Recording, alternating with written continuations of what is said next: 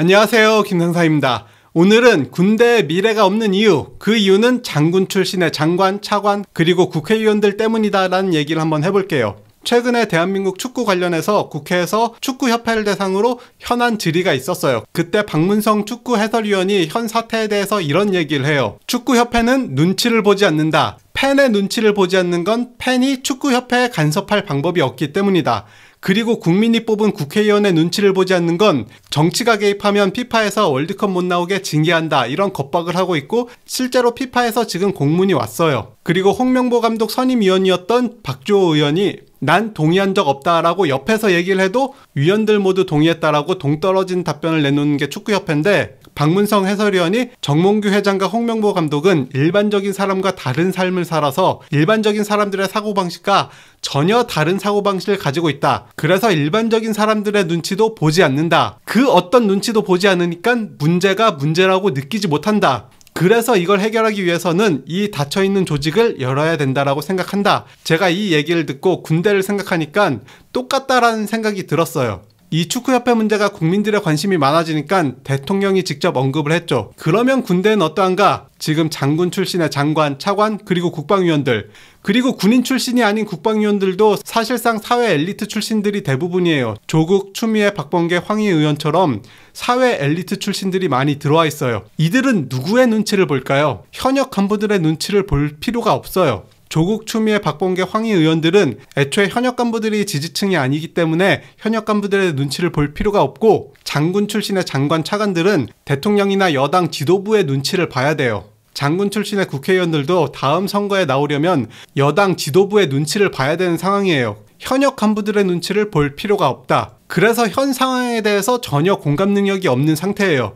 예를 들자면 한기호 의원이 얘기했던 거, 중장기 간부들이 떠나는 원인은 장군 정원의 축소에 있다. 그리고 최근에 한 발언도 있어요. 연관장교, 대령 자리를 군무원으로 대체하는 것이 문제다. 그렇기 때문에 간부들의 사기가 떨어진다라는 얘기도 했는데, 이게 본인이 군생활할 때 가장 걱정하던 게 장군 정원이 줄어서 본인이 진급을 못할까봐, 혹은 자신이 대대장 때 들고 있던 중대장, 여단장 때 들고 있던 대대장, 사단장 때 들고 있던 여단장들이 말한 고충, 이 고충에 대해서 적극 공감을 하는데 위관장교나 부사관에 대한 공감 능력이 없어서 이런 발언들이 나오는 거예요. 물론 최근에 하사 월급을 가지고도 얘기를 했는데, 제가 생각했을 때는 공감해서 말한 게 아니라 정치인으로서 공감하는 척 한 것 같아요. 그리고 또 다른 예시로 강선영 의원, 여당 국회의원으로 야당 의원 저격이나 하고 있는 상황인데 현재 군대의 상황을 전혀 공감을 하지 못하고 있고, 비례대표라서 당의 눈치를 봐야 돼요. 왜냐, 다음 선거에도 또 나오려면 공천을 받아야 되는데 그러기 위해선 당을 위해서 뭔가를 해야 되지 현역 군인들의 눈치를 봐야 될 이유가 전혀 없어요. 그리고 국방부 장관, 차관이 모두 현실성 없는 소리를 하고 있잖아요. 하사 월급이 288만 원이다. 하사 월급이 270만 원이다. 이런 얘기를 하는데 눈치를 봐야 하는 대상이 현역 간부들이 아니기 때문이에요. 지금 국방부 장관이나 차관이 눈치를 봐야 되는 대상은 지지율이 떨어지고 있는 대통령실, 그리고 지난 총선에서 패배한 여당 지도부의 눈치를 봐야 돼요. 안보는 보수라고 했는데 지금 안보가 무너졌고 군 간부들이 대거 이탈을 해서 안보가 불안하다라는 얘기를 꺼낼 수가 없는 상황이에요. 그리고 장관, 차관들, 현역 간부들에 대한 공감 능력이 전혀 없어요. 지금 육사 출신의 장군, 장관, 국회의원들의 인생은 사회 엘리트들이었어요. 80년대 육군사관학교, 육사 출신의 장교, 그 당시 육사 출신의 사회적 지위가 어땠는지 생각을 해보세요. 김영삼, 김대중 정권에 와서 힘을 뺐다고 해도 그 문화가 상당히 지속됐고, 80년대 육사 출신들은 이미 연관장교 자리를 꿰차고 있어서 사회 엘리트라는 인식을 계속 가지고 있어요. 그래서 그 사람들이 계속 얘기하는 거, 나 때는 그 정도 월급에 어떻게 했다.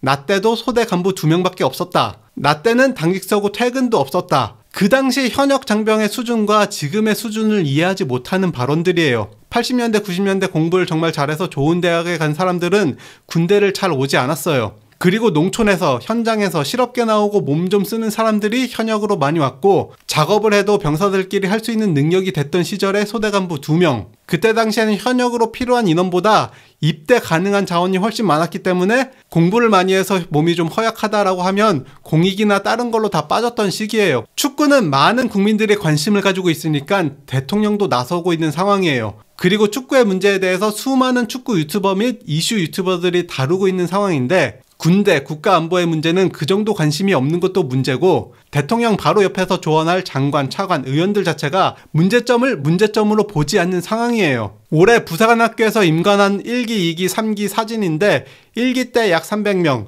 2기 때 150여 명, 3기 때 40명이 임관했고 24-4기 교자가 150여 명밖에 안 돼요. 이 인원을 다 합치면 660명 정도 되는데 불과 2년 전 22-4기 임관자가 600명을 넘었어요. 2년 전이라면 한 개 기수가 임관할 규모가 올해 4개 기수로 나눠져서 임관을 한 거예요. 육군의 경우 지난해 6,300여 명만 충원했다고 하는데 부사관학교에서 임관한 사람만 따져보면 지난해 약 1,300여 명이 임관했고 4기까지 따졌을 때 955명이 임관을 했어요. 올해도 5기가 남아있긴 하지만 4기까지 따져봤을 때 총 668명, 약 30% 가까이 줄었어요. 이걸 생각했을 때 올해 육군에서 전체 부사관 충원율은 약 4천여 명으로 추정되는데 작년에 중장기 복무 전역자가 9,481명, 올해는 1만 명을 넘길 거예요. 이 문제를 문제라고 바라보지 않고 있다라는 생각이 들어요. 박문성 해설위원이 말한 축구협회를 바꿀 수 있는 방법, 닫혀있는 조직을 열어야 한다. 군대랑 국방부도 이 닫혀있는 조직을 열어야 된다고 생각을 해요. 국방부 장관부터 육사 출신을 배제를 해야 되고 군의 모든 시스템에 대해서 외부 감사, 경영 컨설팅을 다 맡겨서 오픈을 한 다음에 문제점이 뭔지 다 끄집어내야 된다라는 생각이 들어요. 여기까지 시청해주셔서 감사합니다.